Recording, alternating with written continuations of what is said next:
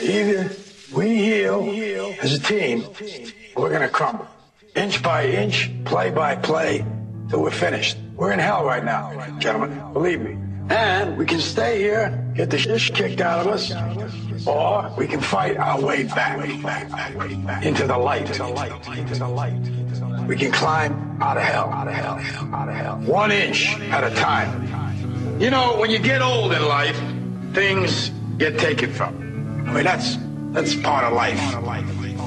But you only learn that when you start losing stuff. You find out life's this game of inches. So is football.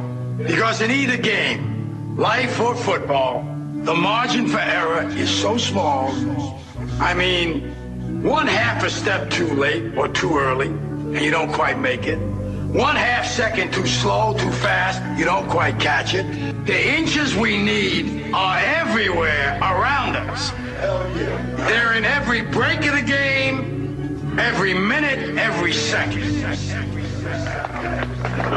On this team, we fight for that inch. On this team, we tear ourselves and everyone else around us to pieces for that inch. We claw our fingernails for that inch. Because we know when we add up all those inches, that's going to make the fucking difference between winning and losing. Between living and dying. I'll tell you this, in any fight, it's the guy who's willing to die who's going to win that inch. And I know if I'm going to have any life anymore, it's because I'm still willing to fight and die for that inch.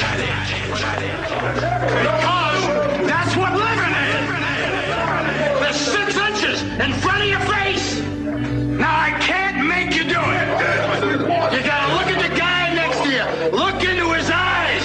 Now I think you're going to see a guy who will go that inch with you. You're going to see a guy who will sacrifice himself for this team because he knows when it comes down to it, you're going to do the same for him. That's a team, gentlemen. And either we heal now as a team, or we will die as individuals.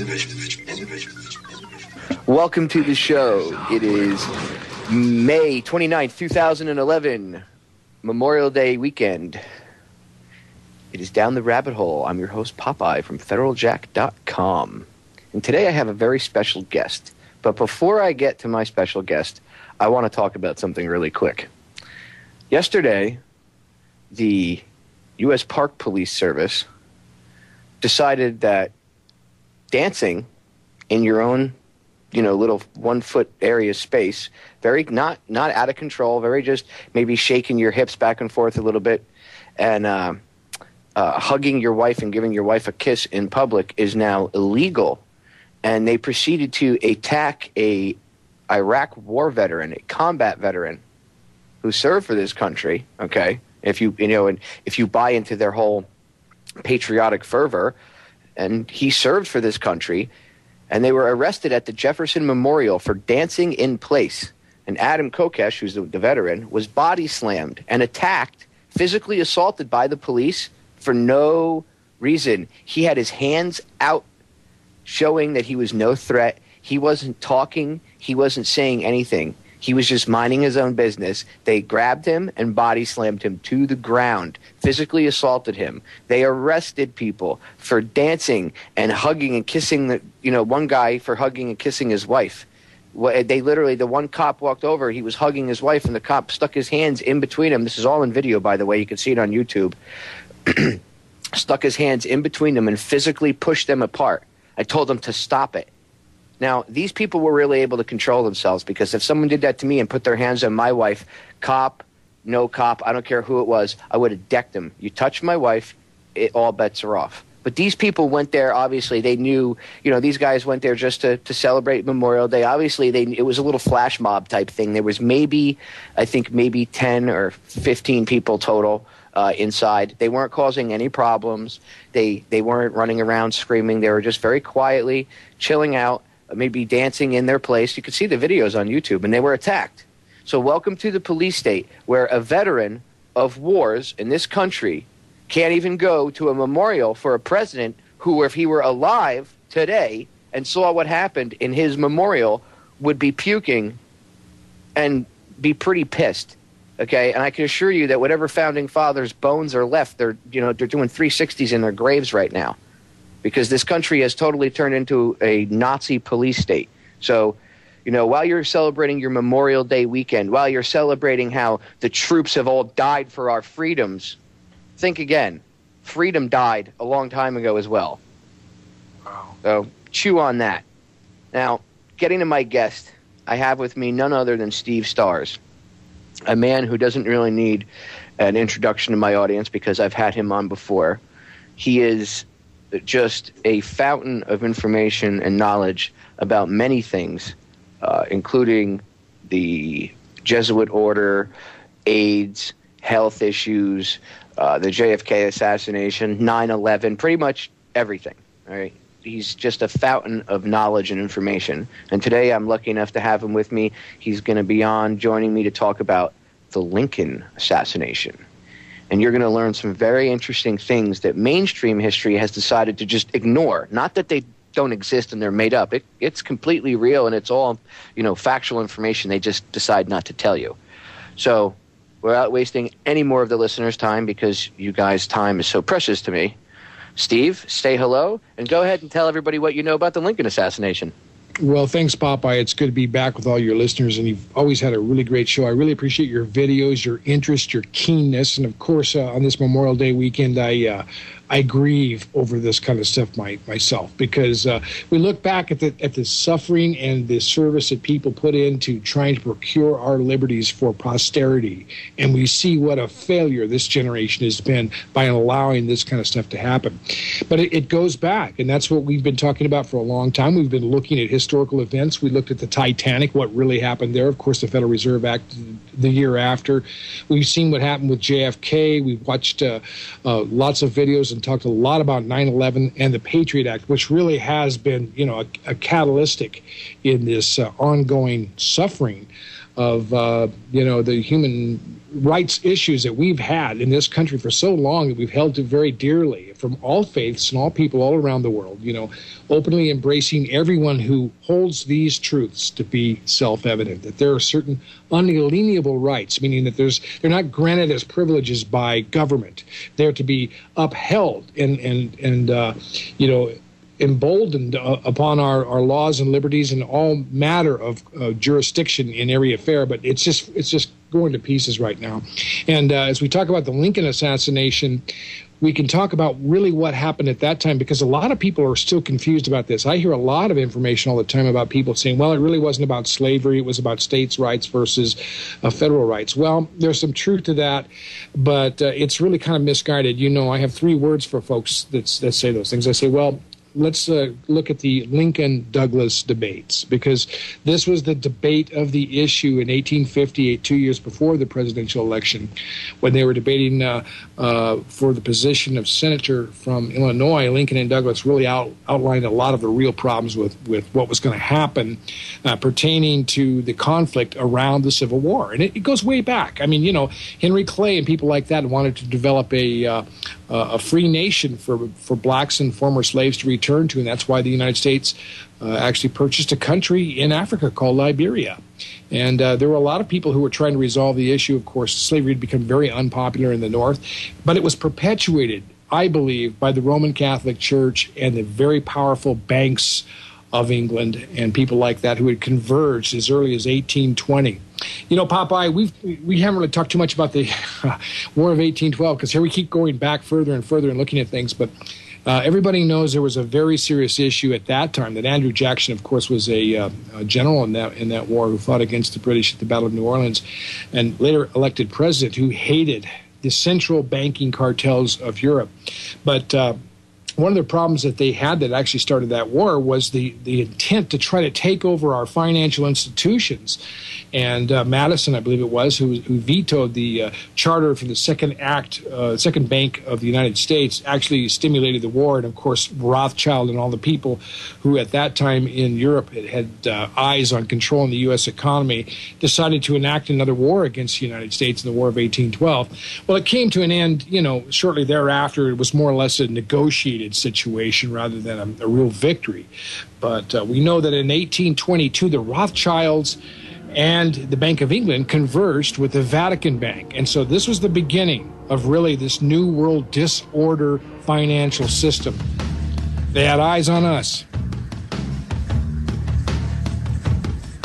Oh, Steve, hold that thought. We're going to break. Guys, stay tuned. We'll be right back. This is Down the Rabbit Hole. I'm your host, Popeye, from FederalJack.com.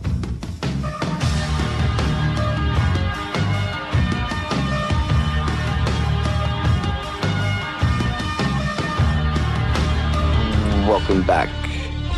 It is May 29th, 2011. Memorial Day weekend here in the police state USSA, where breathing in the wrong direction can get you tackled and tased by police, and where apparently the Supreme Court says that cops now have the right to just randomly search your home. I mean, hey, let's get rid of, the Fourth Amendment. Let's get rid of laws dating against people breaking into your house, dating back to the Magna Carta. But let's not worry about that. Let's all just go out and get rims and iPods and watch TV and worry about Miley Cyrus and all this other crap. Ugh. People in this country need to wake up. All right. Before we went to break, Steve was getting into some very in-depth information about the Lincoln assassination. So, Steve, go ahead and pick up where you left off. Okay, Popeye, it's good to be back on your show again talking about this. What we've been showing people a lot about the historical aspects of this is how the Rothschild banking cartel merged with the Vatican Bank in 1822. Now, this came out after the Secret Treaty of Verona, which basically created an alliance of a lot of these European nations against anybody in the Western Hemisphere who would attack one of their subsidiaries, such as Cuba or places like that they owned and ran at that time. And they used a lot of these attempts to try to lure the United States into conflicts with Europe. And after the War of 1812, that all settled into a situation where we were developing our own nation, or our commerce, our industry, our manufacturing. Things were starting to catch up very quickly with all the banks and the major industrial revolution taking place in Europe. And so there was a real intent to try to take over the economy by the Vatican Rothschild bank merger in 1822. And this was what was leading up to the situations in the Civil War. Now, a lot of people say, that slavery wasn't the issue in the Civil War. Well, slavery itself wasn't, because slavery was dead in the South. It was agriculturally becoming outmoded due to the fact that you just couldn't keep slaves employed long enough, planting and harvesting things, any other crops other than, say, cotton or tobacco in South Carolina, which is one of the reasons why South Carolina, seceded actually earlier, many years earlier, and had to be brought back in during the Jackson administration. But getting to the end of all of this is that the question that we raise and we've been talking about is how deeply involved was the Roman Catholic Church and the Pope in our Civil War? And the answer to that is they were very deeply involved. As a matter of fact, there was some discussion between Abraham Lincoln and a priest by the name of Father Cheniquet, who had run into all kinds of trouble with the Jesuits and people like that, where they discussed the very essence of where this war was. And Lincoln went as far as to say that this is actually a disguised religious war. The Vatican and the Pope, Pius XII at that time, or Pius IX, I'm sorry, at that time, had been very, very instrumental in, issuing all kinds of decrees like papal infallibility and all kinds of nonsense. And there had been the papal states had a revolt and some problems with that resulted after the Civil War, by the way. So it was a very difficult situation for Rome to try to hold on to their holdings at that time all over the world. Because in 1873, Pope Pius XIV had actually disbanded the Jesuits. And so the entire, muscled down CIA papal, Inquisition squad had been supplanted, or actually just been disbanded and disempowered by the Pope himself. And if you see these things beginning to happen, you realize that all this turmoil is about to affect the United States. Now, slavery, as we said before, was an institution that was becoming outdated, but the expansion of slavery was very important. Lincoln was a lawyer at that time. Most people know that. He represented Illinois Central. He'd worked for the railroads. And Stephen Douglas, who was a Democrat, very powerful Democrat, because these guys all came right out of the same neighborhood, of course. I mean, at one point, Stephen Douglas had courted Mary Todd, Lincoln's wife, early, but they didn't get along, being both little Napoleons, and she chose to go with Lincoln instead. But, I mean, these were like backyard rivals is the point. And Douglas had been involved with the Southern railroads, who wanted to lay tracks out to the west as well. Now, the problem, though, is that these Southern railroads wanted to export slavery into the northern territories. So you had this thing called the Kansas-Nebraska Act. Some people are aware of what happened with Missouri, the Missouri Compromise, and how in early 1800s there's been discussion about how much they were going to allow slavery to expand into the new territories to the west as the country was expanding. So this expansion of slavery issue is the very important fact that was happening behind all the Civil War. Now, you've heard a lot of people, including Jesuit economics professor Tom DiLorenzo, who I would openly challenge to a debate on this issue, openly challenge him to a debate. He's a Jesuit professor at Loyola in Maryland College, which is, he teaches economics. He's written a book called The Real Lincoln. After all this time, Popeye, it's funny, but the Jesuits are still trying to kill Lincoln and keep his death and the way it all came about a secret. So it's really an amazing, what you might call just an anthology of our fight against trying to set ourselves free from this foreign banking control system that we now know as the Federal Reserve, and we've talked about how that came about. But remember, back in the 1800s, there wasn't a Federal Reserve. And so there was every attempt to try to get a hold of our economy and to expand this slavery feudal system into the West, because the Catholic Church, the Pope, the Vatican, the Rothschild banking cartel, they made a lot of money out of slavery. And slavery was dying in the South, so they needed to take it somewhere else. And they were looking at places like the mines in the West. Now, here, these railroads had 20 miles of easement that they could get sometimes on the sides of the tracks. I mean, they were given a great amount of land to build a railroad. And the idea was to develop that land. So if you develop a railroad, you can have all this land in many places. It was vast amounts. Sometimes it was only a mile or two. But they could get a large amount of land grant close to these tracks. So Douglas, representing the Southern railroads, and a lot of his interests with the Southern Democrats, and most of them being Roman Catholic, a lot of these people also wanted to expand slavery into the new territories, and that's one of the reasons why they had the Kansas-Nebraska Act and so much trouble in 1854. Now, we talked a little bit about how this all came about, where they were going. Lincoln was working for Illinois Central. You had a lot of northern people who were not slave owners, coming from England, and Puritan and Quakers and people like that. There were a lot of those people who had escaped the slavery system and despised it under Cromwell and Calvinists and people like that. But the northern people did not like the idea of having to compete with Southern plantations and rich feudalistic slave owners who owned huge amounts of property and drove people into the ground, processing their own plantation agenda. So this is kind of what they were doing at that time. And as we see this beginning to develop, you can see there was a conflict between this railroad grant land and where the expansion was going to go. And this is one of the reasons why Lincoln and Douglas were already paired off in a fight long before the Lincoln-Douglas debates concerning how these things were going to be handled. But we see this beginning to develop, and this is really what was at the root of what was causing the war. This was, either the feudalistic slave system that had been perpetuated by Spain, and the old order coming out of 1492 through, as you know, if you've watched Showtime's the feature on the Borgias, the famous family that Mario Puzo wrote his book The Godfather about, which was the Borgia papacy, the Spanish who controlled the papacy in the early 1500s before Loyola, of course, but how they grappled for power and how they were the ungodliest men you could ever imagine running the Church of Rome. Of course, there have been many of them, but these were especially denoted, I suppose. But anyhow, you see that the slavery system, you see all of what they did to the Native Americans all across, the continent, in places all over the world. And the Jesuits have been expelled, I think, no less than 83 times out of countries all over the world, Popeye. They've just been, they've they're very well-hated orders, Steve. I mean, I've never seen anybody get kicked out of as many countries throughout the world as the Jesuits. So, I mean, they obviously it's not because they sell Girl Scout cookies and, they just, irritate people and rub them the wrong way. All right, guys, we're going to break. We'll be right back. We're going to go pay some bills for about 3 minutes.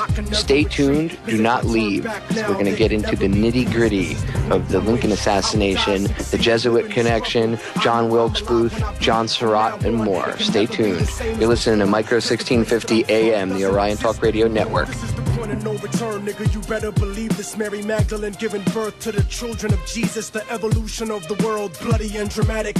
Human beings killing monkeys to conquer the planet. The kingdoms of Africa and Mesopotamia. Machine gun your body with depleted uranium. This is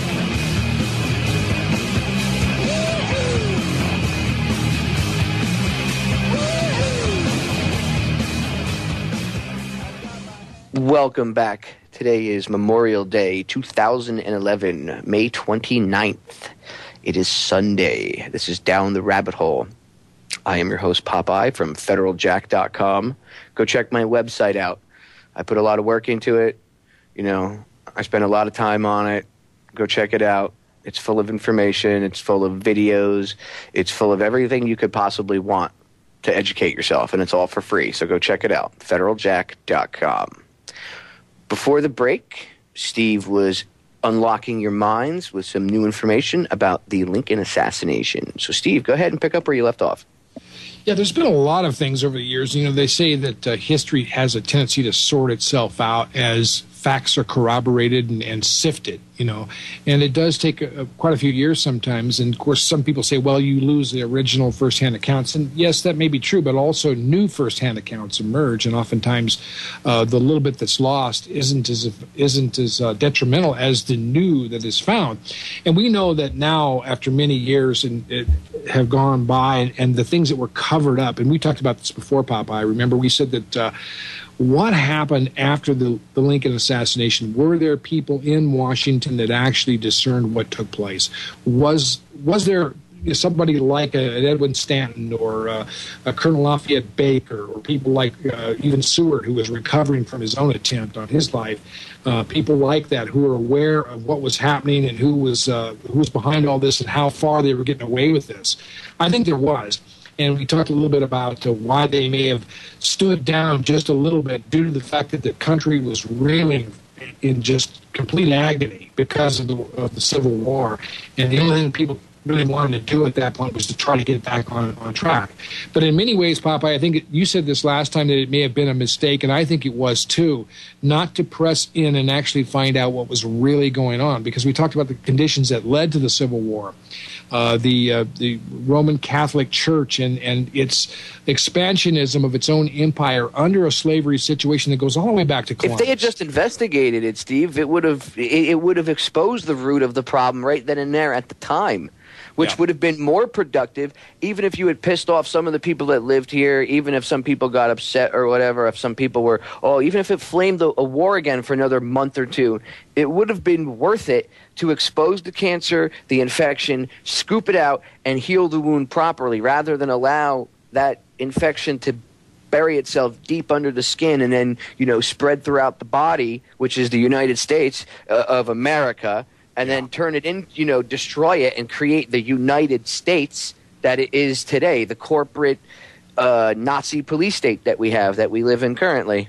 Yes, absolutely. And, a lot of people blame Lincoln for the federalization of this country the way it is because of the 14th Amendment. But if Lincoln had been around, I don't think it would have gotten anywhere near where it ended up today with this reincorporation under the 14th Amendment. As a matter of fact, I think he would have brought the entire country back underneath the old Union. We have every indication to believe that from his very last speech on Louisiana, where he talked about putting governors back in control in the states as quickly as possible. In other words, taking federal jurisdiction out and turning that back over to governors. Now, it was going to be a military governor, of course, because they had to at that point, but then they were going to try to bring the military governorship back underneath the constitutional authority of the state, its own state's constitution, and in full recognition back into the Union as quickly as possible. That was Lincoln's plan. And a lot of people thought it was a little too sympathetic to the South, even the radical Republicans who would have disagreed. But, you know, these were the kinds of things, that, as you said before, because we didn't really watch what was happening. We've had a John F. Kennedy assassination, a Bobby Kennedy assassination, Martin Luther King, John Jr. There's a whole story. I'm sure you've looked into what happened to John F. Kennedy Jr. in his plane. Oh, dude, that's a show in itself. The John killing. He didn't, you know, the news media played it off like he was an inexperienced pilot. He had over 20 years of experience as a pilot.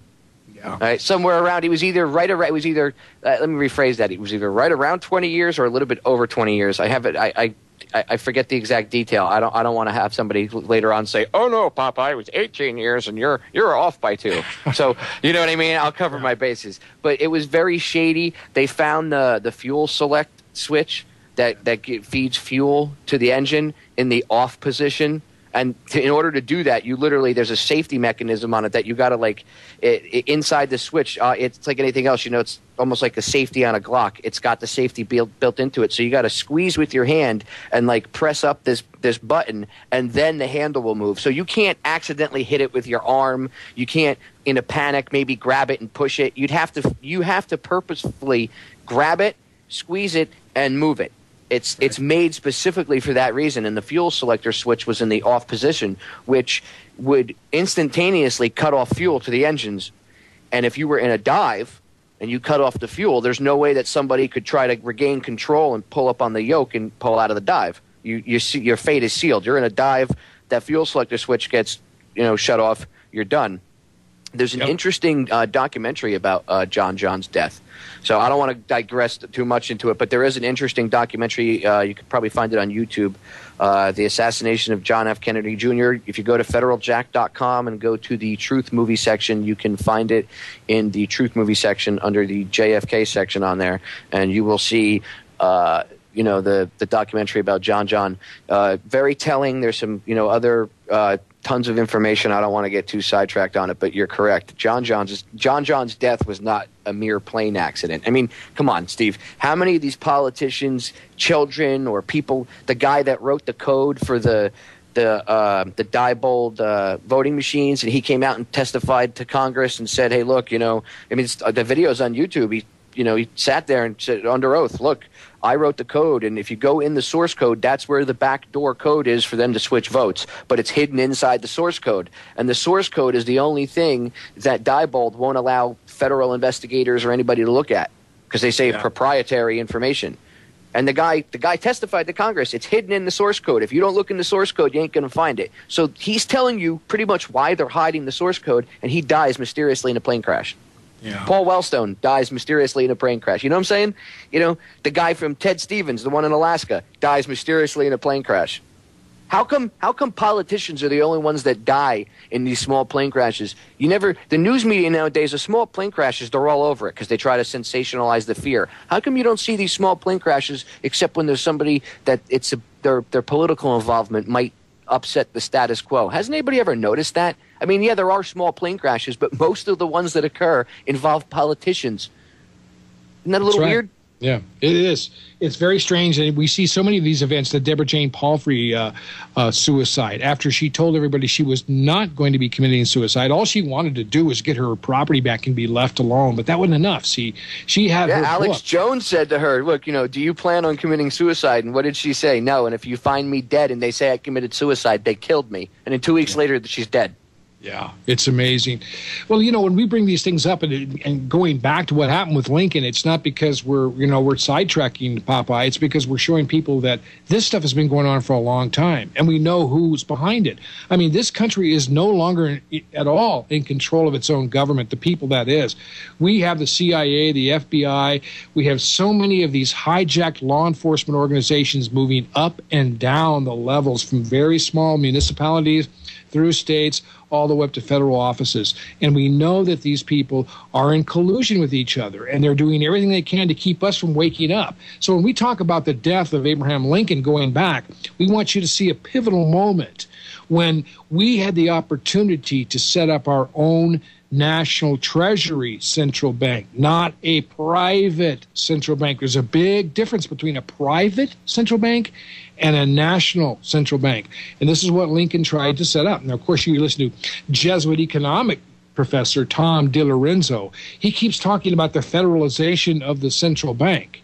You know, I mean, he's very good. There's actually a word in the English language called Jesuitisms. Jesuitisms is kind of funny. I heard Lou Dobbs on an interview talking to some priest, and this priest, he asked this priest this question. The priest never did answer it. He says, well, I never did expect to get an answer from you because you're a Jesuit. You know, Lou Dobbs said this right on wow. That's television. Impressive. Yeah, it is. I like Lou. I really do. I mean, he's not perfect. You wonder why he got shots fired at his house. Oh, yeah. They threw him out as quick as they could because he's another somebody else wanted to be an honest journalist, and this is what they do to people. But even Geraldo Rivera talked about what happened with Deborah Jane Palfrey. Let us never tolerate outrageous conspiracy theories. Uphold that thought there, Steve. We got to go to break. As always, we get interrupted by George Bush. That attempt to shift the blame away from the terrorists. George, why do you got to interrupt everybody? Away from the guilty. Yeah, away from you. That's why you don't want the conspiracy theories. You're afraid that people are going to actually look at you, you dirtbag. All right, guys, we're going to break. We'll be right back. It's Memorial Day 2011 in the police state we know as the USSA. The real reason New York lost their towers. Don't sit back or hesitate to react to the impact. Many taking a nap. In fact, they would fake an attack to make way for the paper.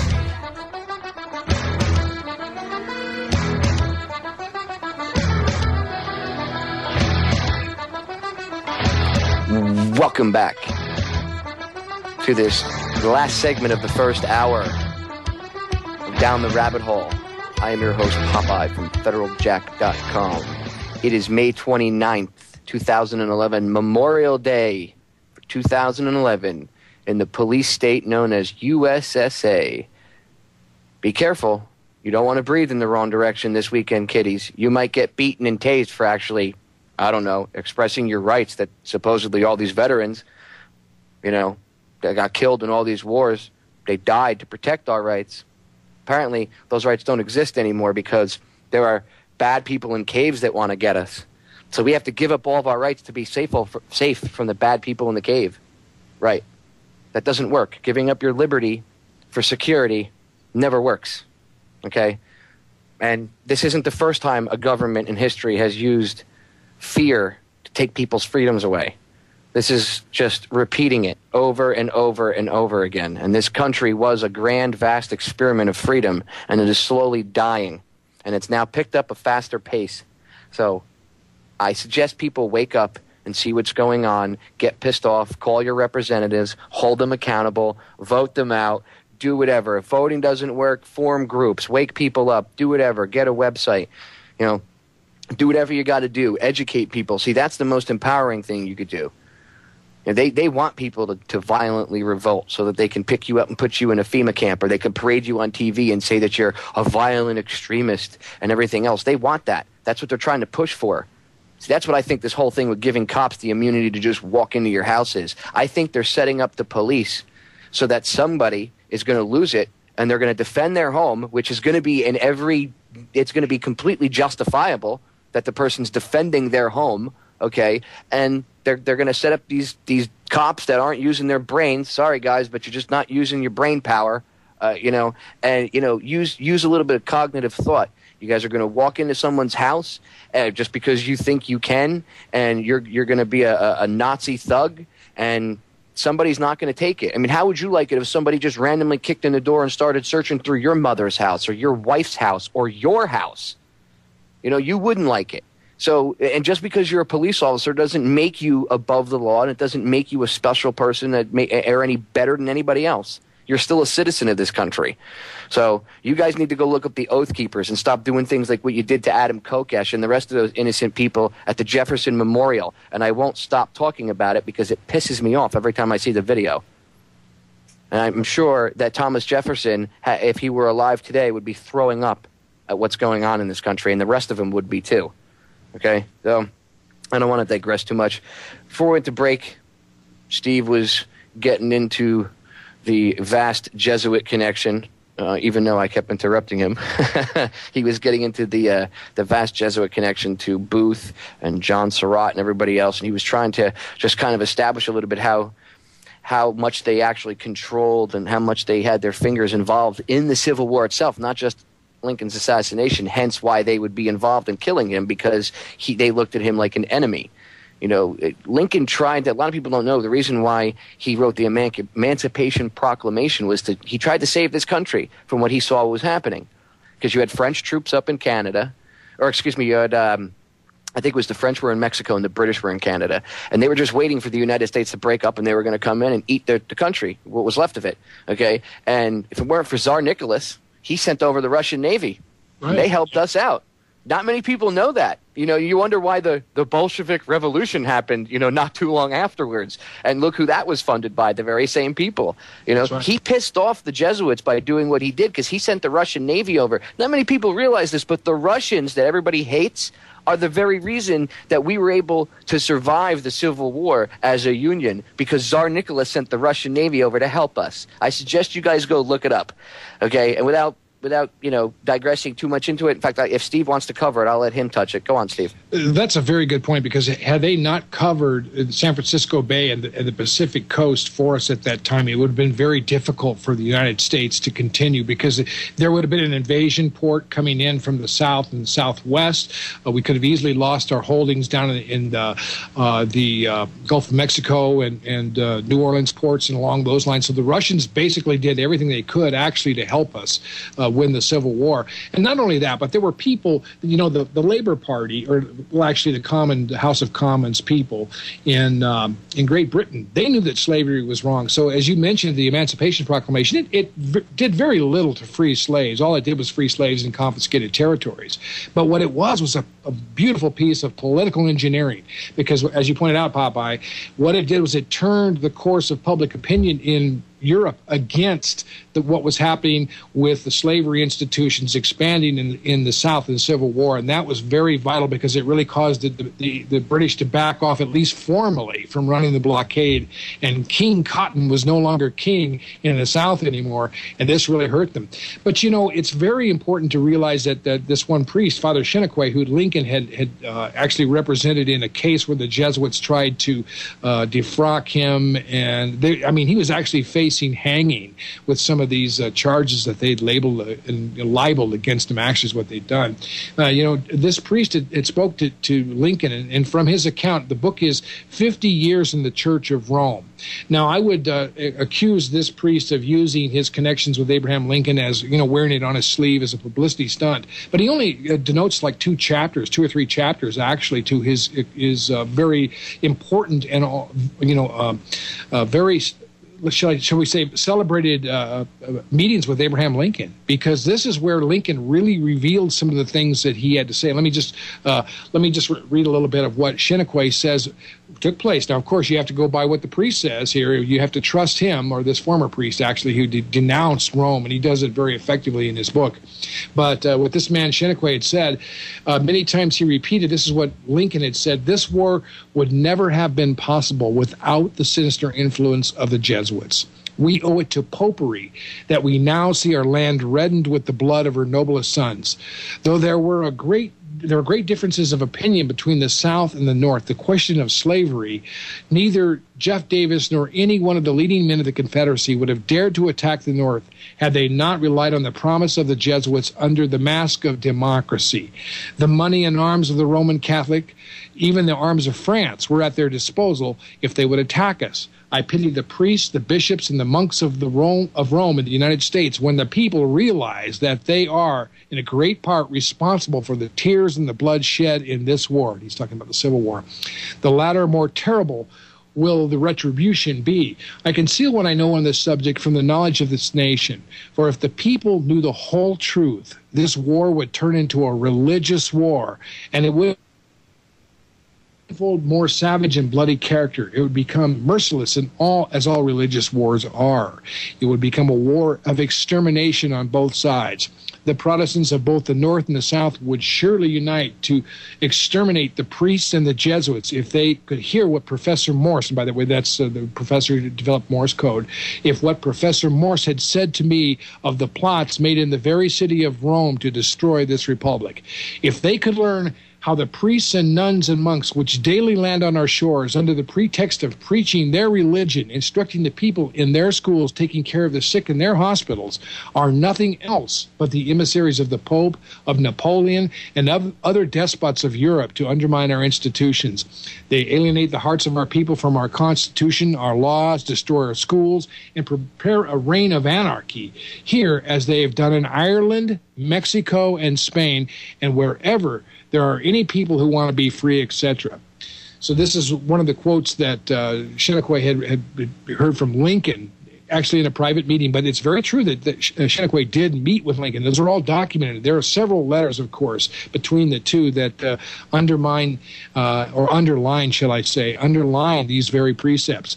So what you see here is, this is what's happening with the police. Getting back to what we always try to relate to what's going on right now, Popeye. Just as you were talking about what was happening, these people are under the perception that they're almighty authority, should violate every constitutional right, that they have ultimate authority to do whatever they like as authoritarians underneath this code. I don't know where these cops get off, to be honest with you, because I know there's a lot of really good cops out there. So I'm not down. You know that too, Popeye. There's some good people in law enforcement. And all I can say is I apologize to those good cops out there right now that we've let these monsters and these idiots and these people train in Gitmo-style inquisitions, a new inquisition, come into our country and treat us this way and make them look bad and endanger their honest contribution to real civil authority. What do you think of that, Popeye? Does that sound like it's about right on? Well, I mean, look what they've done. They've gotten their fingers involved in our government, and look what it's become. Our country is, it's like Nazi Germany. And for people that think, the Pope and Hitler didn't get along, I suggest that you guys actually go back and read history instead of reading what you were told in some history book that was written by the Rockefeller Foundation. You should actually go research history a little more to find out just how closely the Vatican worked with the Nazi Party. Yep, that's right. How was it? We talked about last time. Was it 20,000 or 30,000 SS men who escaped via the Jesuit rat lines after World War II? That's how people like Klaus Barbie, people like Mengele, some of these others that got out and eventually went out to perpetuate. Of course, we have Operation Paperclip where we know they were involved, but there were so many other people who got out of this system at the end of World War II underneath Himmler's SS Jesuit organization. Yeah, the SS, you want to talk about a secret society. All right, guys, we're going to break. This is the end of the first hour. We have another entire hour. We'll be getting into some interesting, disturbing information about the assassination, how Booth got out of Washington, and more. Stay tuned. My entire family murdered and tortured, raped and pillaged. I was only 5 and I was the only surviving witness. My entire village burned to the ground. He wore a serpent in his crown. Happily committed murder with a frown. And an army of black hooded fiery skull generals and a sorcerer. If I back down now, then forever I burn. This is the point from which I can never retreat. Cause if I turn back now, there can never be peace. This is the point from which I will die, succeed, live in the struggle. I know I'm alive when I bleed. From now on, it can never be the same as before. Cause the place that I'm from doesn't exist anymore. This is the point of no return, nigga. You better believe this. Welcome back. It is May 29th, 2011. Sunday, Memorial Day weekend here in Nazi concentration camp USSA. Before we were interrupted by the hour break, Steve was starting to get into detail about how the Jesuits were connected through John Surratt and Wilkes Booth and everybody else to the Lincoln assassination, and how they had controlled the country pretty much as a whole through the Civil War, how they had kind of fomented the Civil War, and they were one of the very big evil hands that was behind it.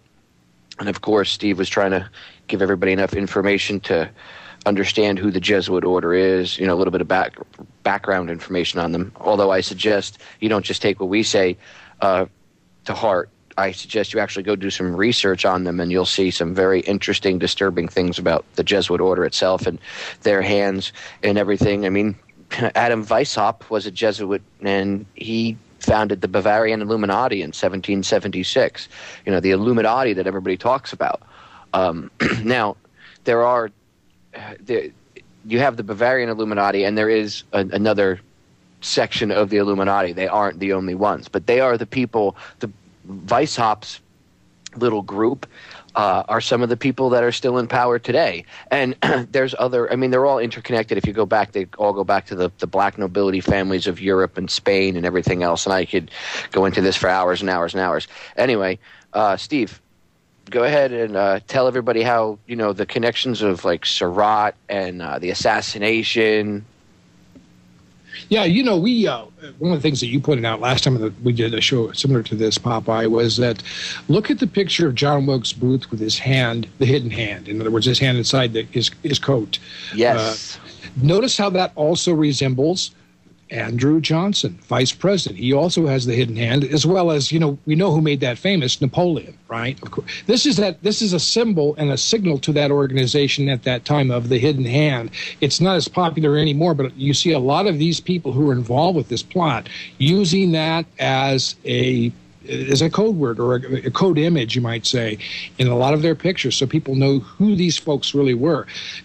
Evidently, John Wilkes Booth had been involved with John Surratt, of course, living there at the Surratt boarding house in Washington, D.C. I've actually been by the place and done some studies when I was looking into the Lincoln assassination and some of the Booth escape theories, which we'll talk about in a little bit.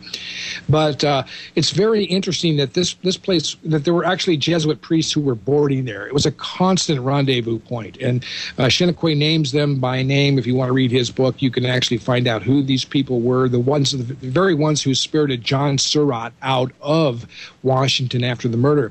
Now, there was a sergeant died during the trial of John Surratt, and we'll talk a little bit about him for a second. This fellow was he was studying to be a priest. This is where he met up with Weichmann and a few of the others. All of these people had influence with the Southern leaders who were involved with Rome. And we talked about a little bit before how Lincoln knew that what was inciting the war in the United States was, in fact, the Rothschild Vatican banking cartel and the Jesuit order, the Society of Jesus, the Black Pope, and these people wanting to break the nation apart because they hate republics, ladies and gentlemen. They hate free people, and they damn sure don't want you to have your own money. So they want to find a way to make any money that you have issued by their own private central bank. Not central bank, but a private central bank. And this is one of the other areas that most people don't realize, that Lincoln was trying to set us all free. I said all free from this banking cartel. Now, of course, both sides of the banks, as we know how Rothschild worked during the French Revolution, and we're actually after the French Revolution and Napoleon, they back both sides of any conflict because they make money out of the military-industrial complex. That's one of their tactics. Well, they were wanting to finance and fund both sides of this war. Obviously, when the Union needed money, they had to go to the banks or somebody to support them a little bit with some fluent currency at the time, at least so that they could continue to keep the war machinery running and the economy going while they had to fight this war. If you want to know why our economy's bad now, and you can look back to that as well. But the point is simply this, that these international banksters under the Rothschild agencies saw an opportunity. They said, yeah, sure, we'll loan you the money at 35% interest. 35% interest. And Lincoln said, this is absolutely absurd. Well, obviously, they were thinking that if we can't win the war, we'll profit on both sides of it, and we'll take a good portion out of the treasuries and resources of the people while they fight each other. And when the war is over, we'll be the kings, and what's left of them will be our slaves. I mean, that's the way these people think. And we talked about all of that with the Titanic, World War I, World War II. We've gone on down the road with how this all connects. But Lincoln saw a way out of this. He said, look, the Bank of Venice was actually a model. Sure, there was some corruption in it because people are always dipping into the till, Popeye. But for many years, I think it was from about 1690 back to 1140, the Bank of Venice had worked very beautifully as a people's treasury, as a treasury system. As a matter of fact, when they finally took the bank down, they wanted to rob the vaults and pilfer the whole thing, and they found very little money in the bank. And the reason why was because it had been brought back in, loaned out, and been used again by the people. So a central bank is not a bad idea. Lincoln said, if we can set up a treasury system where the people are no longer slaves to the interest, but their interest is going back into their own system, then it's a little bit like a credit union or something like that, where people are actually profiting and gaining from the operation of using this banking system. Well, you can't have that, Steve. You can't have the general public gain from it. So you have to have some sort of evil. I mean, according to them, they can't have the goyim, go in and say, oh, we can actually educate ourselves. We can build a better country. Look what happened when we actually had freedom in this, and we don't have it anymore, but when we did have freedom in this country, look how much people prospered and how new things were invented. Now we got to wait for China to make something new, or inventors in Japan to make something new, Right. I mean, we don't make anything in this country anymore of value. We don't export anything anymore, and that's why this country is going to hell in a handbasket very quickly. But I didn't mean to jump in on you and interrupt you. Go ahead, Steve. No, that's really good, because you're exactly right on the point. You're seeing what's happened now. Now we're in trillions, and I don't even remember the amount. I know it was something like 23 trillion on the books, and if you project it out over the years, I mean, the debt in this country is gone way beyond us ever being able to pay back, ladies and gentlemen. I mean, it's a joke to hear Republicans and Democrats argue on how they're going to cut a little spending here, whether they rob the people on Medicare and Social Security or tax the rich, and that's somehow going to solve the problem? You got to be kidding. That's like saying, you owe $100,000, and if we cut back, the 2 or 3 cents a day that you're paying in on interest, that's going to solve the amount of principal that you owe. Come on, it's never going to do that. So I mean, it's a complete facade. Both of these parties, by the way, are run by the Jesuits today. Look at Nancy Pelosi, graduate from Notre Dame. Okay, Joe Biden, trained by the Jesuits. John Kerry, trained by the Jesuits. I can even show you that Barack Obama's mother was under Jesuit instruction when her father worked for the CIA, and they lived in Lebanon. I mean, you can see where these people are. The CIA is controlled by the Jesuits. It's controlled by this satanic, and of course you did a very good job of putting up that video, and we have to mention that again too, Popeye, that video of all the bones. I mean, this thing is a death cult. This is worse than what I saw with it. Oh, God. Those pictures were incredible, and I've had people comment, oh, those are ossuaries, and, that was from the black, a lot of it was from the Black Plague, and, that was done to venerate the people that died. And I said, really? So taking someone's bones and making a family crest out of them for one of these elite black nobility families, because you can plainly see the family crest right in one of the pictures.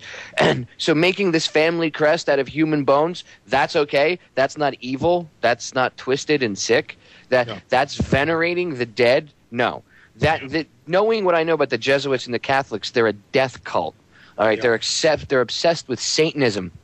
Everything about, and look, for the Catholics that go to church, I know you guys are. I'm not saying you guys are Satanists. What I'm saying is the people in charge of the Catholic Church are Satanists. The Pope walks around with something called the double cross. That's where the term double cross comes from. It's a satanic symbol. It's evil. And he walks around with the little wooden cross he walks around with. It's curved and it's got 2 crosses on it. It's called a double cross. What do you think it's called a double cross for? It's evil. It's satanic. Yes, it is, and you did a great job with that video. The only criticism I had of it was that the music was too sweet.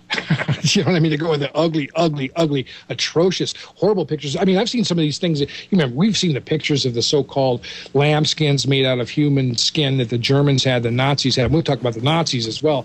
But, I mean, this was way beyond that. The only question I have also is, did they eat all those people? Is that why the bones are so clean? Because I wouldn't put it past these people to be cannibals as well. And we know that that's part of it. But it's ugly. It's atrocious. Well, yeah, they had the bodies. They had the body of there was an adult body and a child's body. And they've been hanging on the walls with chains for hundreds of years. That's disgusting just in so many ways. And I'm not disgusted because suckers ew gross. You know what I mean. It's twisted and evil. All right, guys, we're going to break. We'll be right back. It wasn't easy. 1,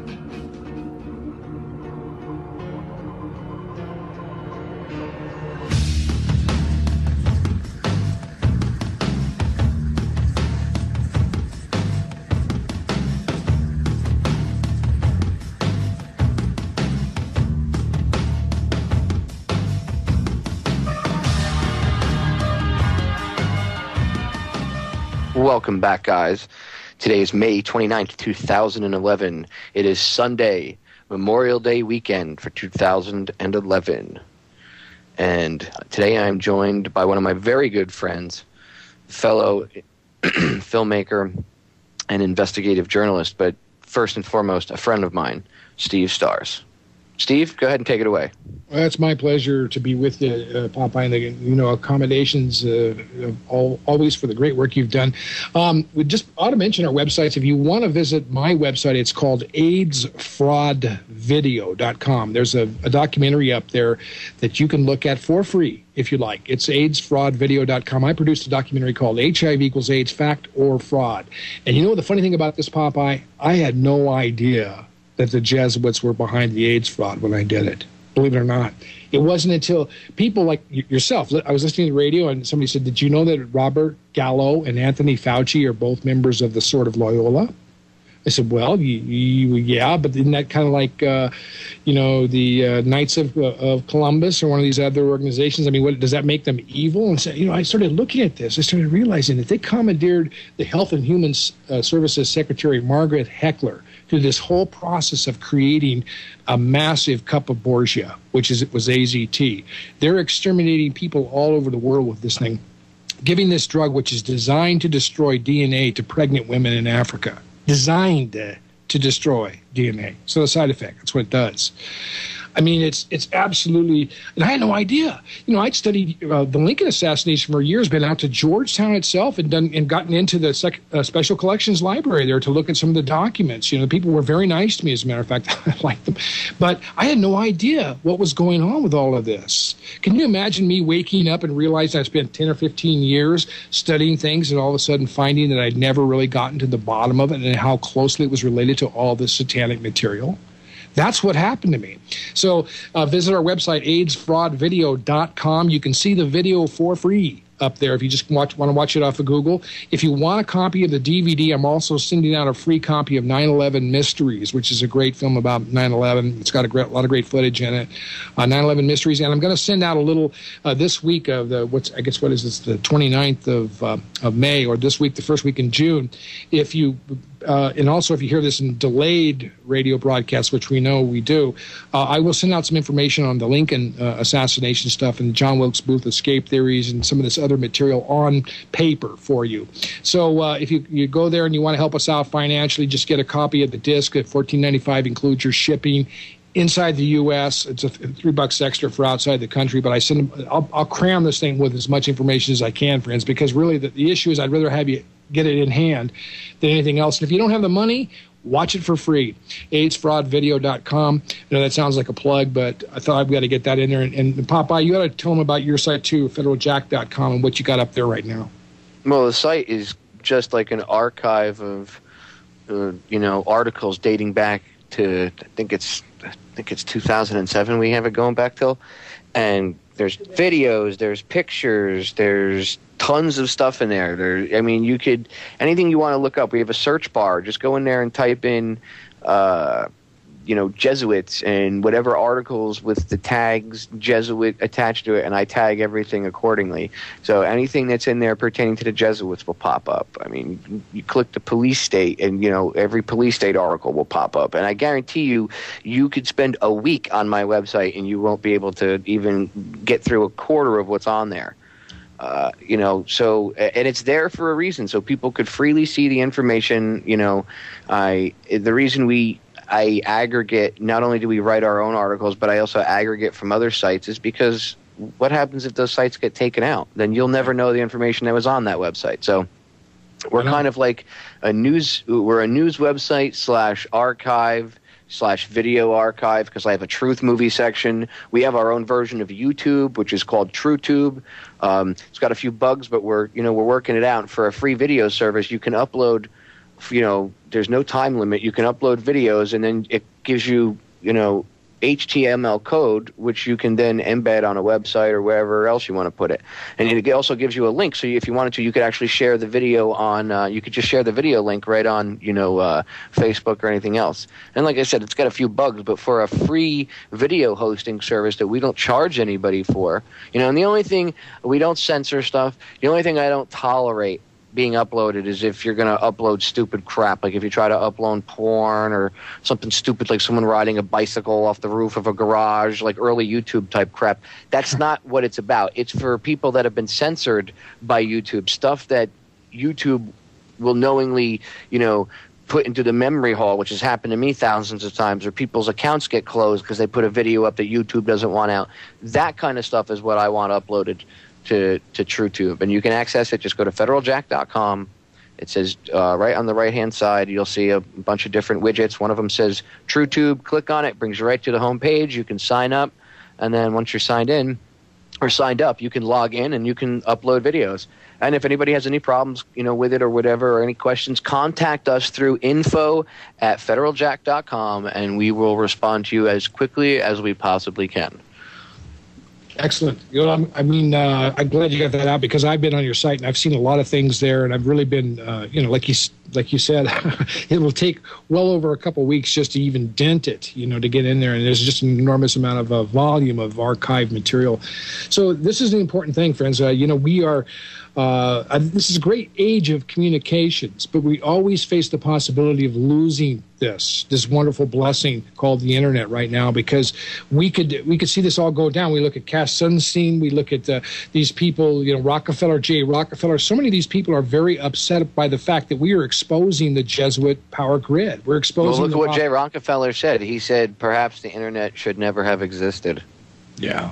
Perhaps Jay Rockefeller should have never existed, if you ask me. Yeah, 10-4. Car 52.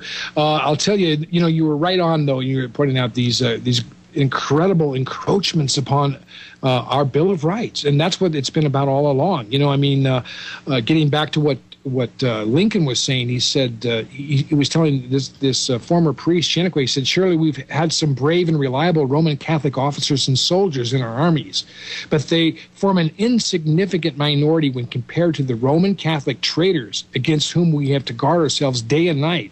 The fact is that the immense majority of Roman Catholic bishops, priests, and laymen are rebels at heart, and when they cannot be, in fact, with very few exceptions, they are publicly in favor of slavery. I understand now why the patriots of France, who determined to see the colors of liberty floating over their great and beautiful country, were forced to hand or shoot almost all the priests and the monks, the irreconcilable enemies of liberty. So, Lincoln was afraid of what was going to happen if people actually found out what was happening in the Civil War. And so people understand, because I know I forgot to touch on this after I had said it in the first hour. When I said that Lincoln freed the slaves, and I kind of never finished going where I was going with that because I started talking about the Russian Navy. What I meant was that was done as a political maneuver, because now France and Britain couldn't be seen as getting involved. Oh my God, you guys are against people that want to free the slaves.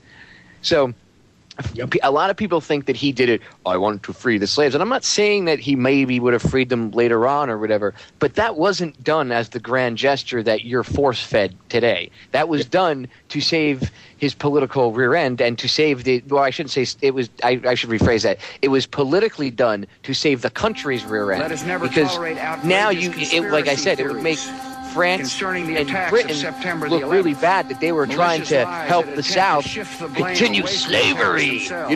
Perception is a big key.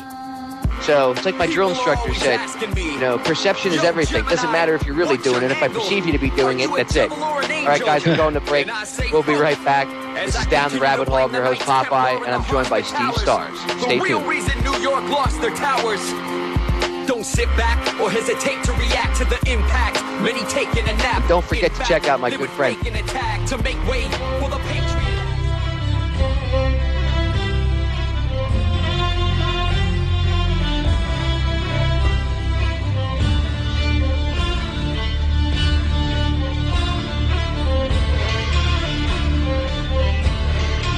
Welcome back to the show. It is Sunday, May 29th, 2011. Today we're talking about the Lincoln assassination with Steve Stars, and I've gotten off on a tangent here or there, ranting about what happened to poor Adam Kokesh and the rest of those people and the police state that we're going into, but it's all interconnected. before I let Steve get back onto the Lincoln assassination really quick, I think everybody should just Google Dutch to ban foreigners from cannabis cafes. Dutch to ban foreigners from cannabis cafes. That's right, folks. One of the biggest tourism businesses in the Netherlands that literally really supports not only the government itself with tax dollars and stuff and money and revenue, because more people come there, they spend more money at the local shops, therefore people can afford to pay more taxes to the government. Okay, and all the local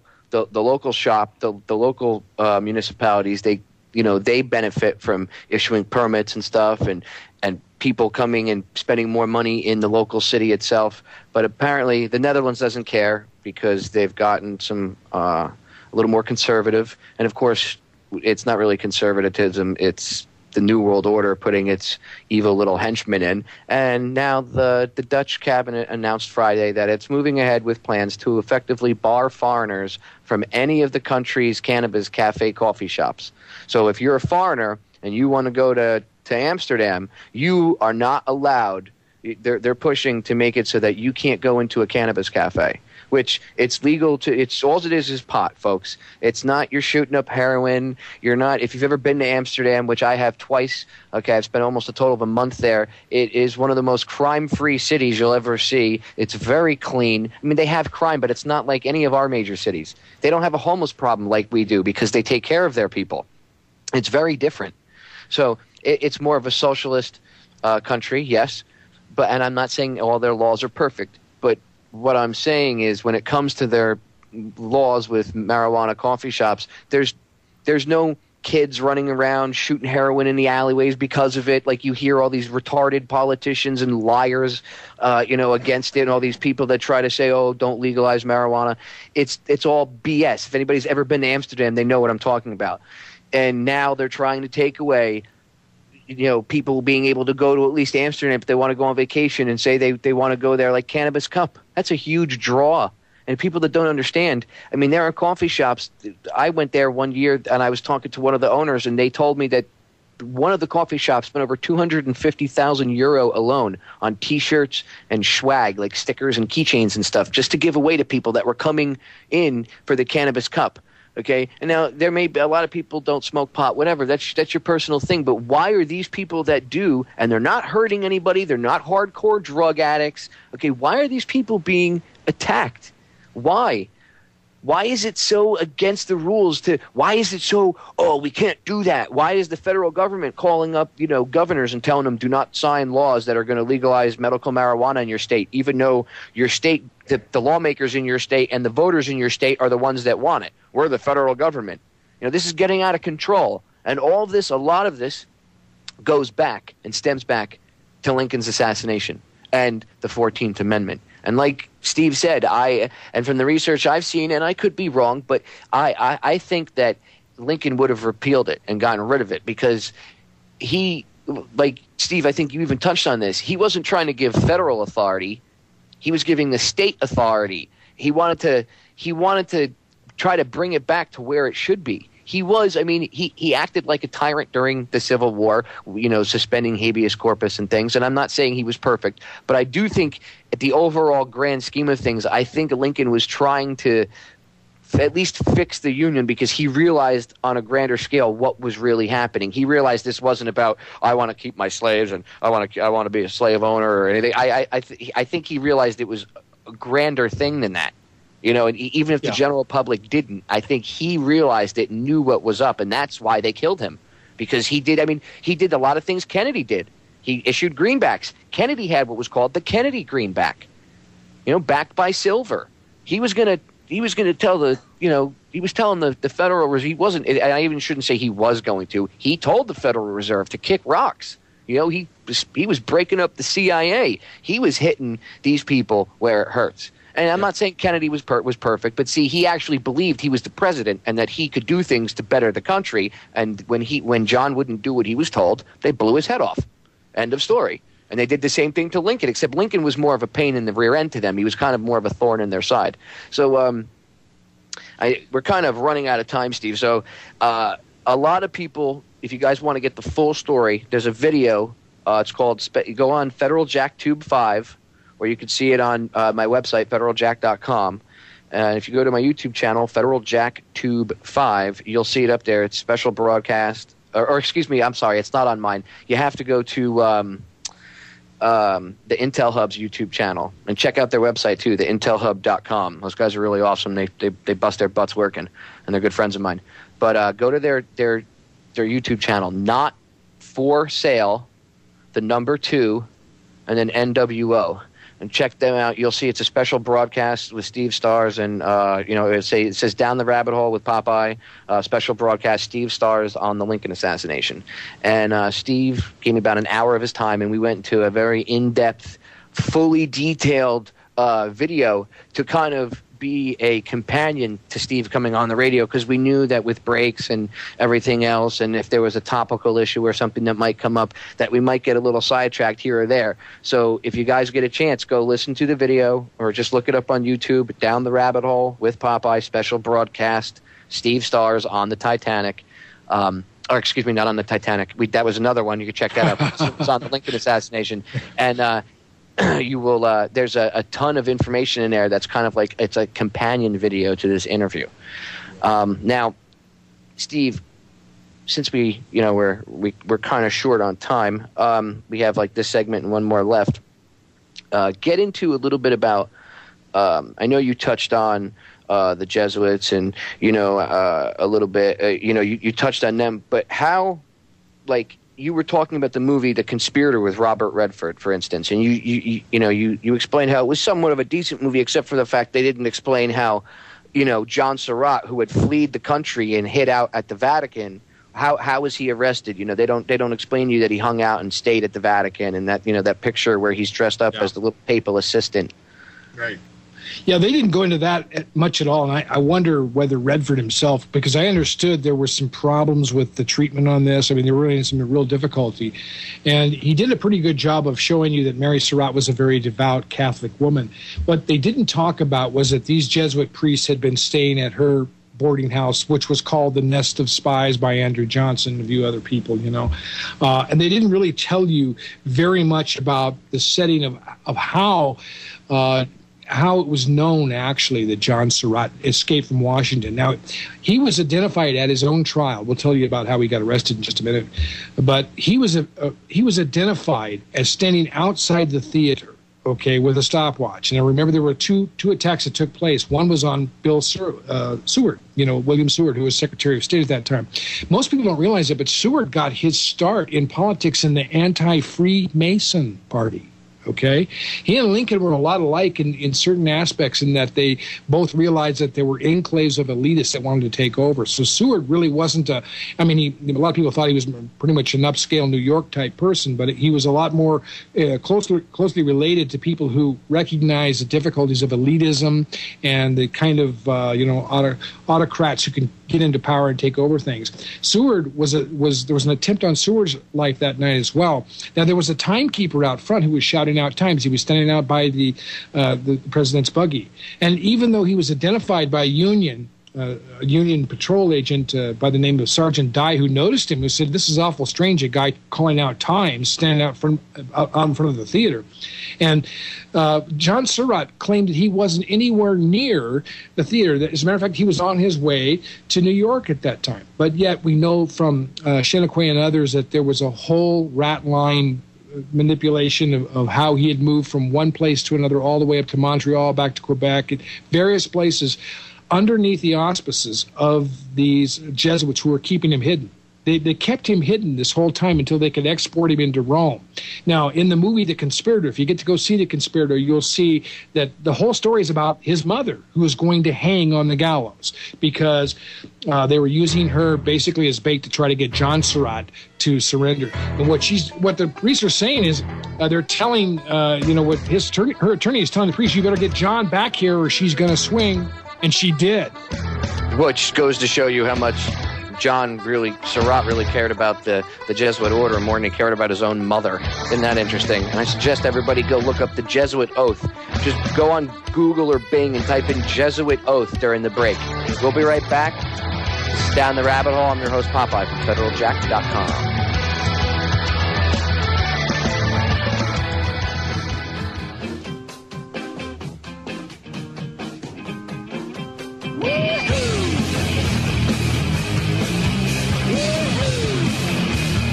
Welcome back. This is the final segment of Down the Rabbit Hole.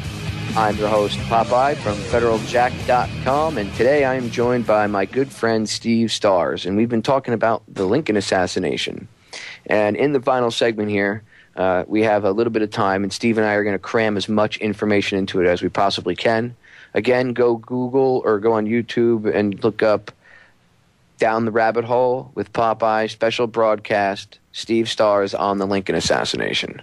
Look it up. I suggest you watch it. It's a very good, informative video. There's pictures to go along with what Steve and I are discussing in the video, so you could see who and what we're talking about.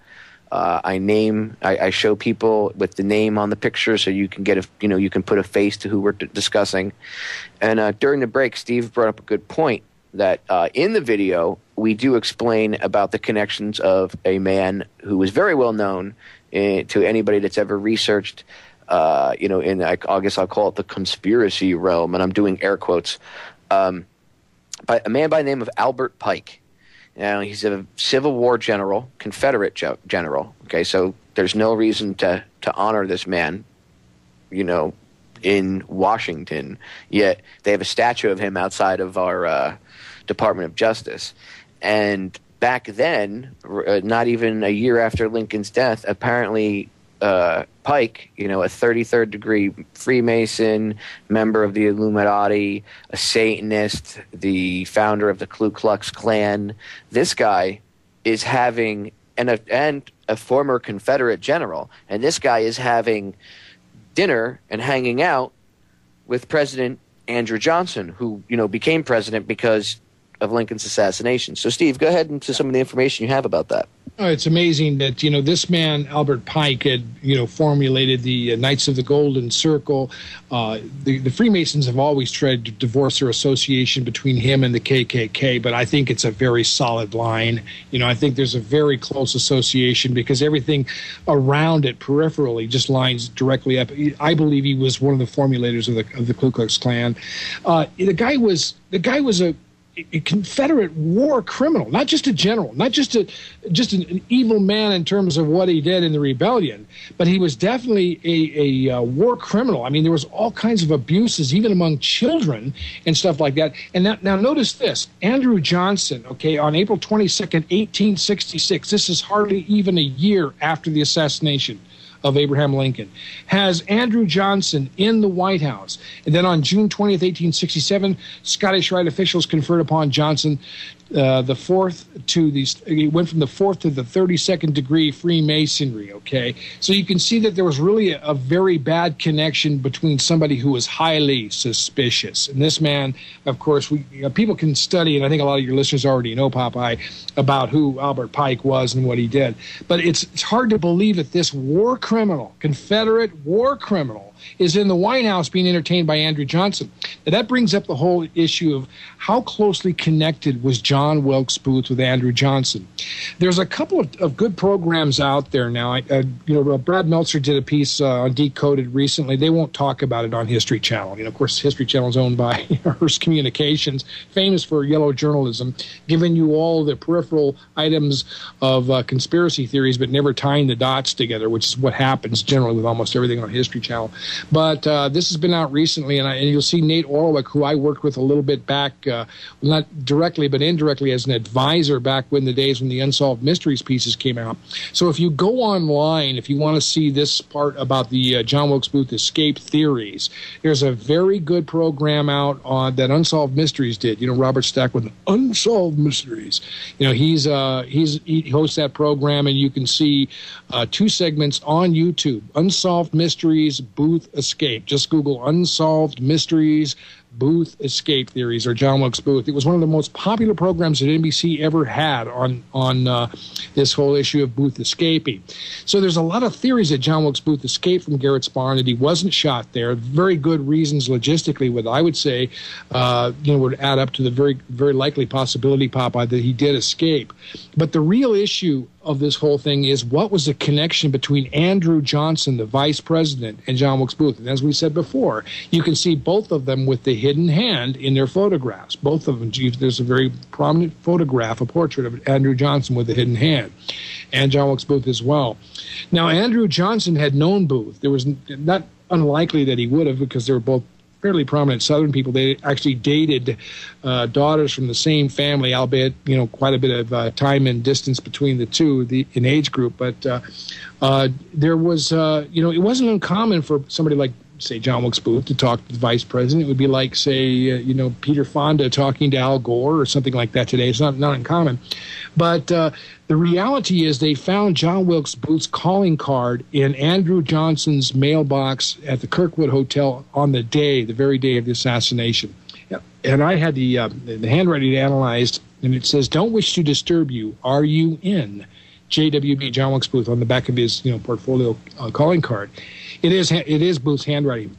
Another interesting thing, Popeye, is in the diary, which is at Ford's Theater, by the way. They're still there. It's missing 18 pages. It was turned over to Stanton, and we don't know whether those 18 pages were deliberately destroyed or whatever.